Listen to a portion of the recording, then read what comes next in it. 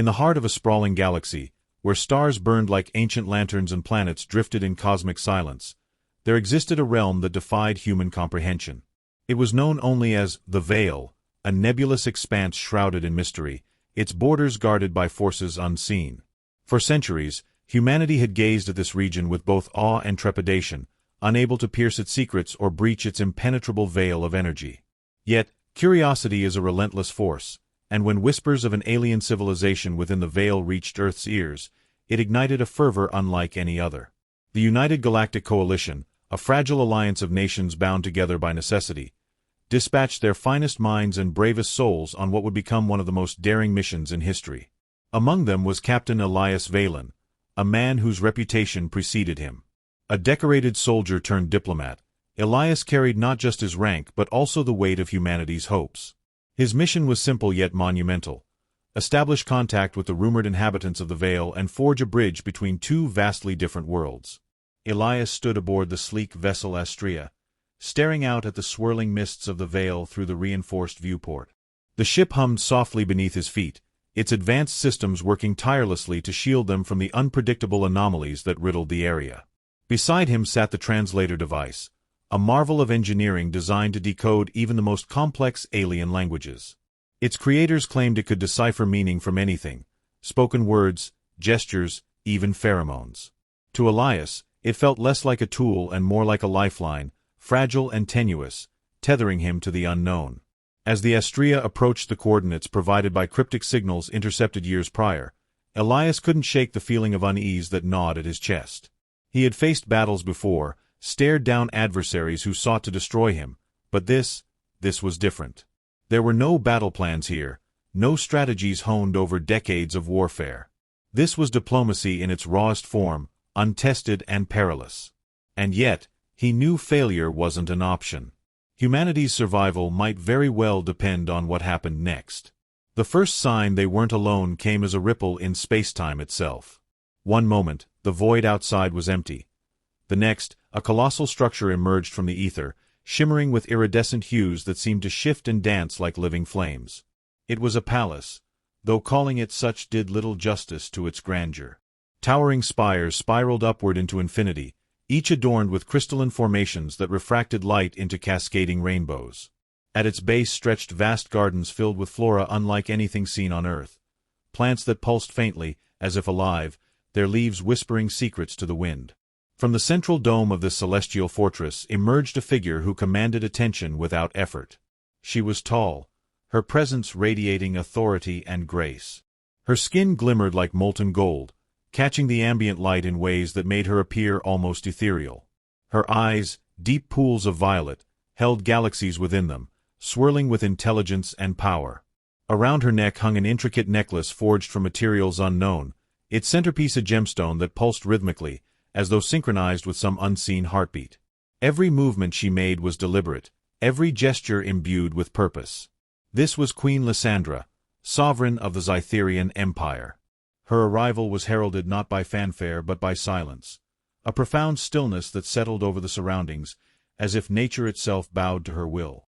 Behind her trailed a retinue of attendants, their forms sleek and insectoid, moving with precision that bordered on mechanical.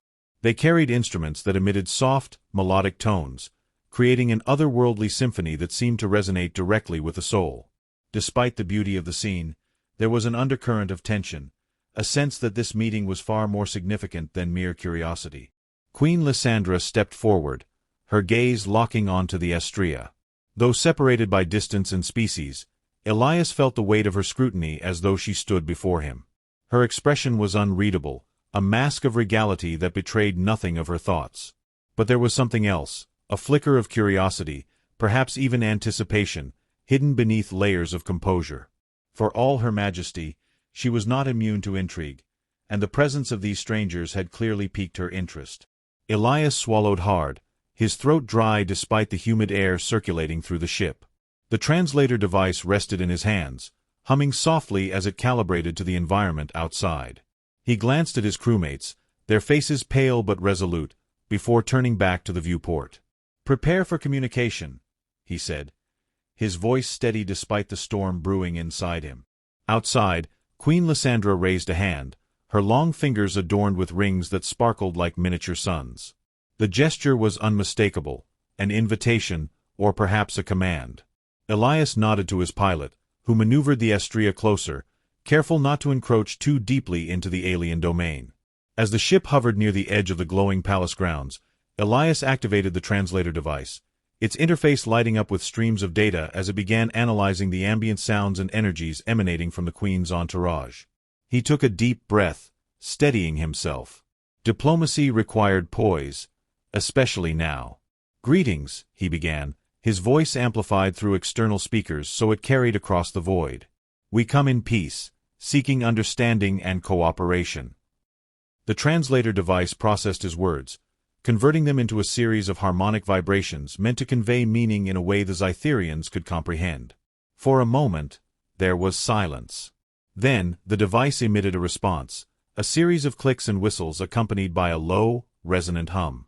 Queen Leandra tilted her head slightly, her violet eyes narrowing as if considering the translation. Elias watched intently, searching for any sign of recognition or acceptance. Instead, her lips curved into what could only be described as a smirk, though whether it was amusement or disdain remained unclear. Then came the reply. The translator device translated her words into English, projecting them audibly within the ship. "You honor us with your presence, emissary of Earth," it intoned, mimicking her rich, melodic voice. "But tell me, does your kind truly believe you are ready to stand among the stars?" Elias blinked, unsure how to respond. Before he could formulate an answer, the device added another layer to her statement, interpreting subtle inflections and body language. What followed was unexpected and catastrophic. In its attempt to fully capture the nuance of her tone, the translator device rendered her final remark as, "Or are you merely children playing at being gods?" The mocking edge in the translation was unmistakable, dripping with condescension. Queen Leandra froze, her expression shifting from curiosity to something darker. Her attendants stirred uneasily, their melodic instruments falling silent. Elias realized instantly that something had gone horribly wrong.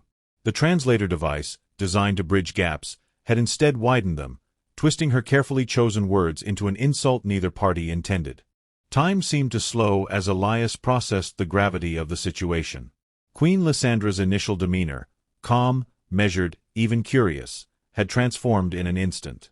Her violet eyes darkened, swirling with an intensity that made the air around her seem charged, electric. She took a step forward, her movements fluid yet commanding, and the ground beneath her feet shimmered faintly, as though responding to her emotions.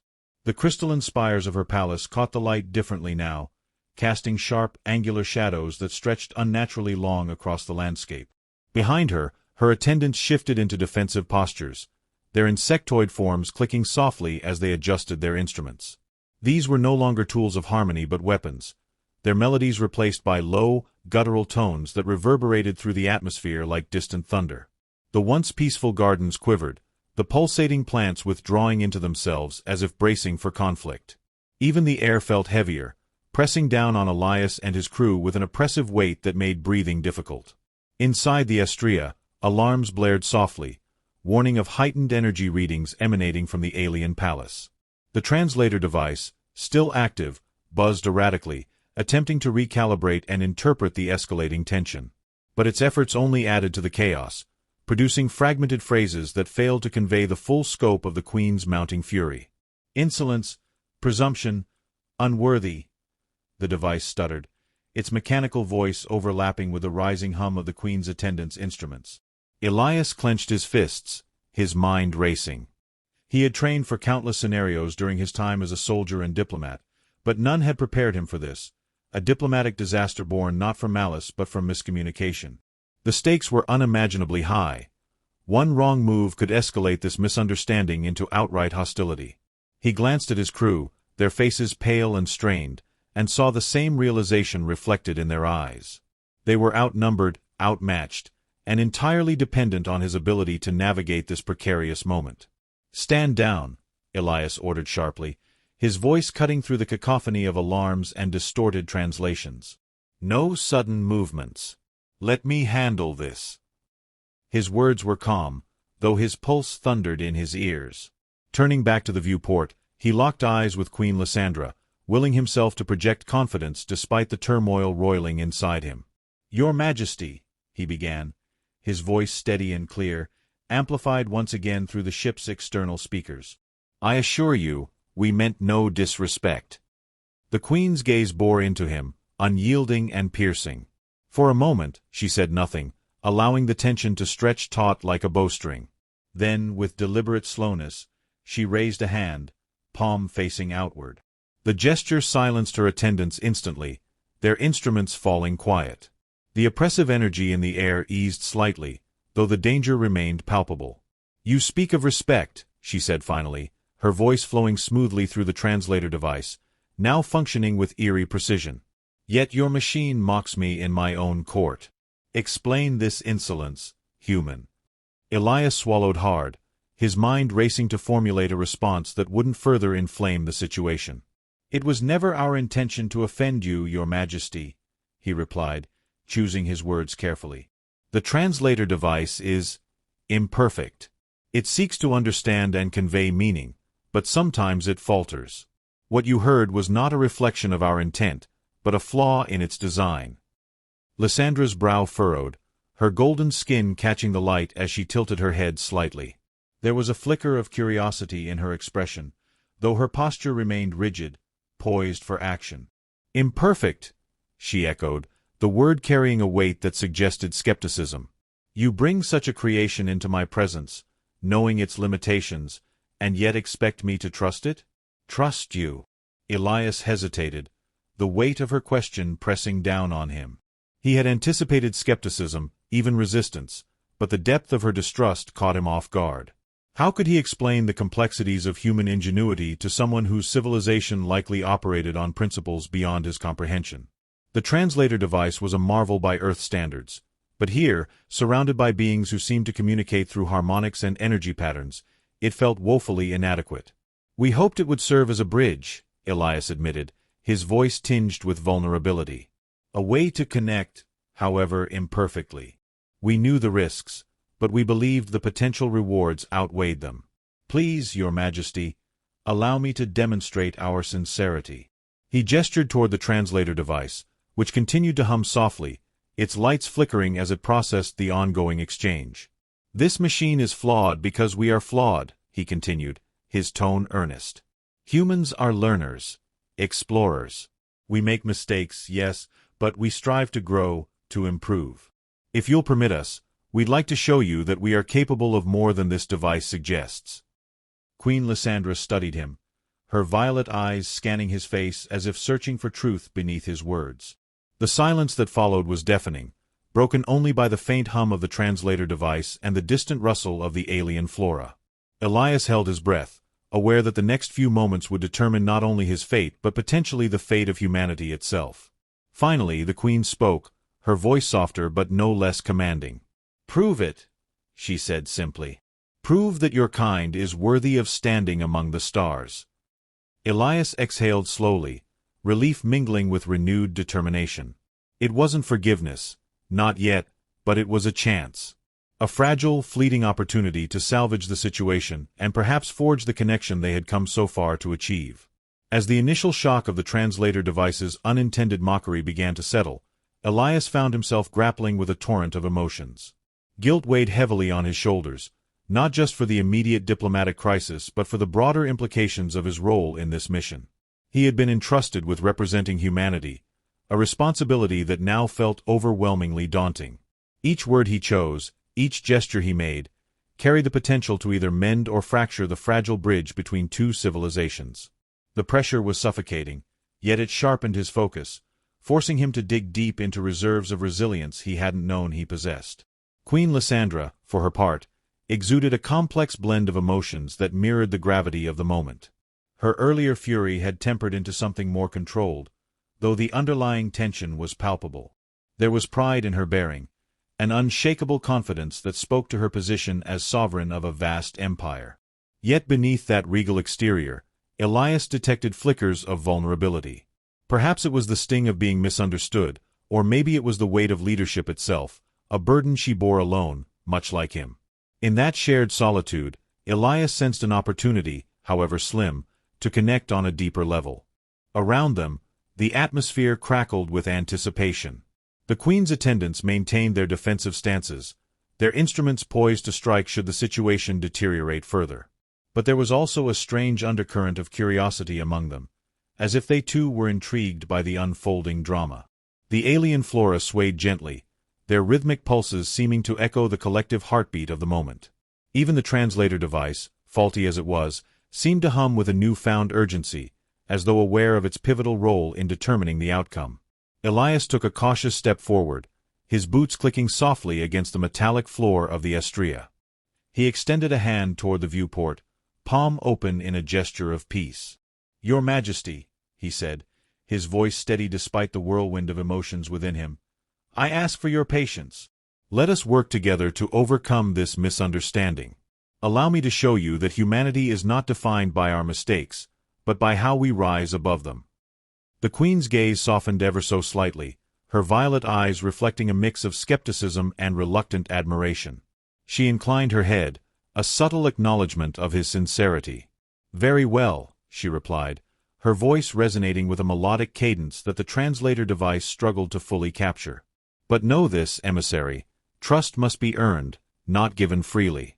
Prove yourselves, and perhaps we may yet find common ground." With those words, the tension in the air began to ease, though it didn't dissipate entirely. The Queen's attendants relaxed marginally, their instruments lowering fractionally as they awaited further instruction. The crystalline spires of the palace shimmered anew, casting prismatic reflections that danced across the landscape like living rainbows. It was a tentative truce, fragile and fraught with uncertainty, but it was enough to give Elias hope. Inside the estrella, the crew exchanged nervous glances, their relief evident but tempered by the knowledge that the hardest part was yet to come. They had avoided immediate disaster, but the path ahead remained perilous. Elias turned to face them, his expression resolute. "We've been given a chance," he said quietly, his voice carrying the weight of unspoken determination. "Let's not waste it." As the initial confrontation subsided, Elias and his crew embarked on a delicate process of rebuilding trust with Queen Leandra and her people. The translator device, though flawed, became a focal point for collaboration rather than contention. Recognizing its limitations, Elias proposed a joint effort to refine its capabilities, inviting the Zytherians to contribute their advanced understanding of harmonic communication. This proposal marked a turning point, transforming the device from a source of discord into a symbol of mutual endeavor. Queen Leandra, intrigued by the idea, agreed to participate, albeit cautiously. She assigned several of her most skilled linguists and engineers to work alongside the human team. These Zytherian experts, with their sleek, insectoid forms and innate grasp of complex frequencies, brought a fresh perspective that challenged and inspired the humans. Together, they delved into the intricacies of the translator device, unraveling its mechanisms and enhancing its sensitivity to subtleties in tone and context. The collaborative atmosphere fostered a growing respect between the two groups, each learning from the other's strengths and adapting to their differences. Beyond the technical collaboration, cultural exchanges began to take shape. Queen Leandra hosted gatherings in her luminous palace, where humans and Zytherians shared stories, traditions, and insights about their respective worlds. These events, though initially formal and guarded, gradually evolved into more relaxed interactions. The humans marveled at the Zytherian art forms, which combined visual and auditory elements in ways that transcended traditional human senses. In return, they introduced the Zytherians to Earth's diverse cultures through holographic displays and musical performances, eliciting fascination and occasional bursts of laughter from their hosts. Amidst these exchanges, personal connections began to form. Elias found himself drawn to one of the Queen's advisors, a Zytherian named Zanara, whose keen intellect and gentle demeanor reminded him of a close friend back on Earth. Their conversations, facilitated by the improved translator device, ranged from philosophical debates to lighter topics, bridging the gap between their species with humor and empathy. Similarly, members of Elias's crew formed bonds with various Zytherians, discovering shared interests and mutual curiosities that transcended their physical and cultural differences. However, the journey toward reconciliation was not without its challenges. Misunderstandings still arose, often stemming from deeply ingrained biases or unspoken assumptions. During one particularly tense negotiation, a minor disagreement over resource allocation threatened to reignite old tensions. It was only through quick thinking and genuine apologies from both sides that the situation was diffused, underscoring the importance of patience and open-mindedness. Through these trials and triumphs, a tentative harmony began to emerge. The once hostile atmosphere gave way to a cautious optimism, as both humans and Zytherians recognized the potential benefits of their alliance. The translator device, now significantly enhanced, served as a testament to their progress, accurately conveying nuances that had previously eluded it. Queen Leandra, observing these developments with a mixture of pride and cautious hope, acknowledged the strides made toward mutual understanding. Yet, beneath the surface of this newfound rapport lay lingering questions and uncertainties. Could this fragile alliance withstand the inevitable tests of time and adversity? How would the broader populations of both species react to these unprecedented interactions? And most importantly, what did the future hold for two civilizations poised on the brink of a transformative partnership? As the days passed, Elias and his crew grew increasingly aware of the profound impact their mission was having on both species. The initial mistrust and animosity had given way to a burgeoning sense of camaraderie, fueled by shared experiences and the collective effort to improve the translator device. This technological marvel, once a source of tension, had become a beacon of hope, symbolizing the potential for unity amidst diversity. Its enhanced capabilities allowed for more nuanced conversations, enabling deeper insights into each other's cultures and philosophies. Through these dialogues, both humans and Zytherians began to see beyond their preconceived notions, recognizing the inherent value in embracing different perspectives. Queen Leandra played a pivotal role in nurturing this evolving relationship. Her leadership style, characterized by a blend of firmness and compassion, inspired her people to approach the humans with openness and curiosity. She frequently engaged in discussions with Elias, exploring topics ranging from governance and ethics to art and spirituality. These exchanges revealed a shared desire for peace and prosperity, laying the groundwork for a lasting alliance. The Queen's willingness to listen and learn set a powerful example, encouraging her subjects to do the same. For Elias, the experience was transformative. Each interaction with the Zytherians deepened his appreciation for the richness of life beyond Earth. He found himself reflecting on humanity's place in the universe, pondering the responsibilities that came with such encounters. The friendships he forged, particularly with Zanara, offered a glimpse into the possibilities of interspecies cooperation, challenging him to envision a future where differences were celebrated rather than feared. Back on the Astrea, the crew buzzed with excitement and anticipation. They documented every milestone, capturing moments of breakthrough and bonding that would later be shared with humanity. The recordings painted a vivid picture of a journey marked by courage, humility, and growth. These accounts served not only as historical records but also as inspiration for future generations, highlighting the importance of reaching out across the stars with sincerity and respect. Despite the progress, shadows of doubt lingered. Not everyone aboard the Astrea or within the Zytherian ranks was convinced of the alliance's viability. Skeptics on both sides voiced concerns about the sustainability of such a partnership, questioning whether the bonds formed were strong enough to endure inevitable conflicts. These doubts underscored the fragility of the situation, reminding all involved of the need for vigilance and commitment. As the mission neared its conclusion, preparations began for a formal ceremony to commemorate the achievements of the past weeks.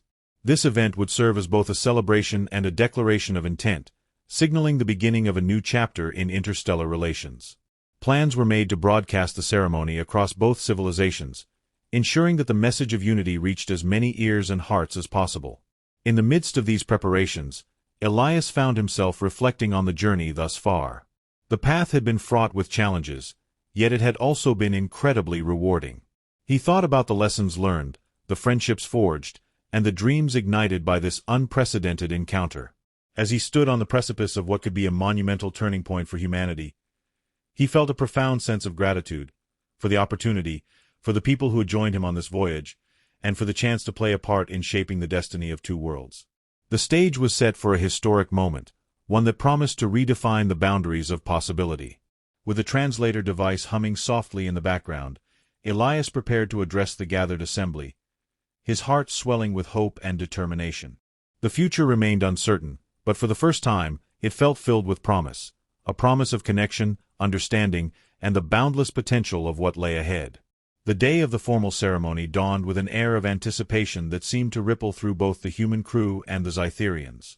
The palace grounds, once a place of tension and mistrust, had been transformed into a vibrant arena of unity. Crystalline spires glimmered under the soft glow of twin suns, casting prismatic light across the gardens where pulsating flora swayed in rhythmic harmony. The atmosphere buzzed with quiet excitement as representatives from both civilizations gathered beneath a grand archway adorned with shimmering banners, symbols of Earth's blue oceans and Zytheria's golden nebulae intertwined. Elias stood at the center of it all, dressed in his formal uniform, its insignias polished to perfection. Beside him, Queen Leandra radiated regality, her molten gold skin catching the sunlight like liquid fire. Her attendants flanked her, their instruments now tuned to produce harmonious melodies that filled the air with a sense of reverence. Around them, humans and Zytherians mingled cautiously but warmly, exchanging gestures of goodwill and curiosity. It was a scene unlike anything Elias could have imagined when he first set foot on this mission, a testament to how far they had come. As the ceremony began, Elias stepped forward to address the assembly. His voice carried over the crowd, amplified by the translator device, which now functioned with remarkable precision. "Today marks not just the end of our journey here," he began, pausing to let his words resonate, "but the beginning of something greater than any of us could have envisioned. We stand united not because we are perfect or infallible, but because we have chosen to rise above our differences." He turned to face Queen Leandra, bowing slightly in respect. "Your Majesty, your wisdom and grace have guided us through moments of uncertainty. You have shown us that true strength lies not in domination, but in understanding. And for that, humanity is eternally grateful." Queen Leandra inclined her head, her violet eyes reflecting a mixture of pride and humility. When she spoke, her voice flowed like music, rich and resonant. "Captain Valen, you and your people have demonstrated courage and resilience. You came to us not as conquerors, but as seekers of knowledge. In doing so, you have earned not only our trust but also our admiration." Her gaze swept over the assembled crowd, lingering briefly on Zenara, who stood nearby with a faint smile playing on her lips. "Let this moment serve as a reminder that even the widest chasms can be bridged when we approach one another with sincerity and respect. Let us move forward together, forging a future where our differences enrich us rather than divide us." A hush fell over the gathering as the Queen extended her hand toward Elias, palm upward, an ancient gesture of alliance among the Zytherians. Without hesitation, Elias mirrored the motion, placing his hand gently atop hers. A collective murmur rippled through the crowd, followed by applause that transcended species. Human cheers mingled with the melodic tones produced by the Zytherians' instruments, creating a symphony of celebration that echoed across the palace grounds. But even as joy suffused the moment, Elias couldn't ignore the weight of what lay ahead. This ceremony was more than a symbolic gesture. It was a commitment, one that would require vigilance, compromise, and unwavering dedication. As the festivities continued, he found himself retreating momentarily to the edge of the gathering, seeking solace in the quiet beauty of the alien gardens. There, amidst the glowing plants and crystalline formations, he encountered Zenara. She approached him silently, her movements fluid and deliberate. For a long moment, neither spoke, content simply to share the stillness. Finally, Zenara broke the silence. "You carry much on your shoulders, Captain Valen," she said, her voice translated seamlessly by the device. "Do you believe this alliance will endure?" Elias exhaled slowly, his breath visible in the cool air. "I want to believe it will," he admitted. "But alliances aren't built on hope alone. They're forged through action, sacrifice, and sometimes, pain. There will be challenges ahead, misunderstandings, disagreements, maybe even conflict. But if we can remember why we started this journey, I think we'll find a way to overcome them." Zenara nodded thoughtfully, her multifaceted eyes studying him with a depth that made him feel both seen and understood. "Then perhaps the key lies not in avoiding struggle, but in facing it together. If we continue to listen, not just to words, but to intentions, we may yet create something extraordinary."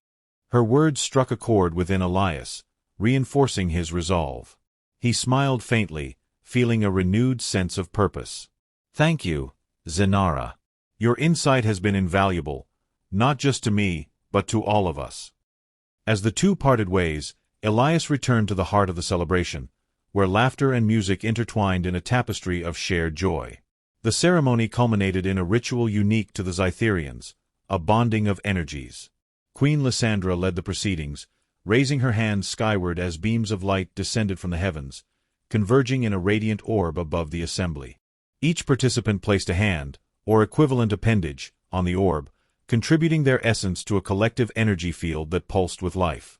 When the ritual concluded, Elias felt a subtle shift within him, as though he had become part of something larger than himself. The connection wasn't physical, it was intangible, almost spiritual, but it left an indelible mark on everyone present.